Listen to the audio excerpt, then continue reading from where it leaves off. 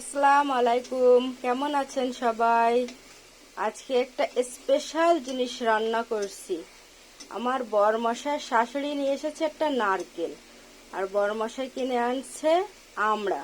সেই আমড়া দিয়ে আজকে একটা রেসিপি করতেছি। আমার রসুনটা ভাজা হয়ে গেছে সুন্দর করে তেলে, এখন সেই আমড়াটা দিয়ে দেবো। বাবা,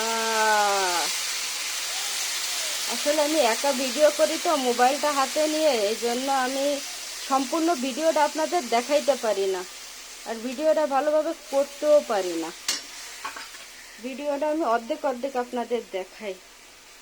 কি করব বলেন, একা ভিডিও করি তো এই জন্য পারি না অনেক কিছুই। আর যদি রান্না খারাপ হয়েছে ভিডিও করার জন্য, তাহলে তো ভিডিও করা বেরোয় যাবে না।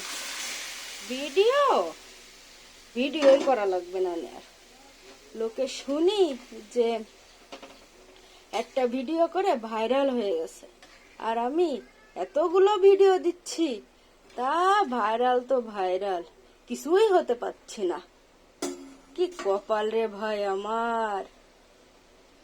যাই হোক, এটা রান্না করতেছি কি আমড়া দিয়ে, আমড়ার খাটা। প্রথমে আমড়াটাকে সুন্দর করে সিদ্ধ করে নিতে হবে, সিদ্ধ করে পানিটা ঝরায় নিতে হবে।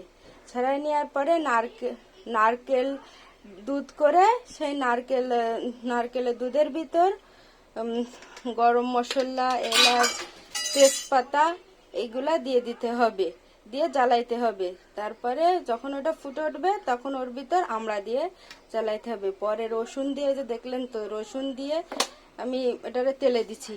এখন দেব চিনি, হালকা একটু লবণও দেবেন। চিনি দিতে হবে, চিনি না দিলে খাটাটা মজাই হবে না।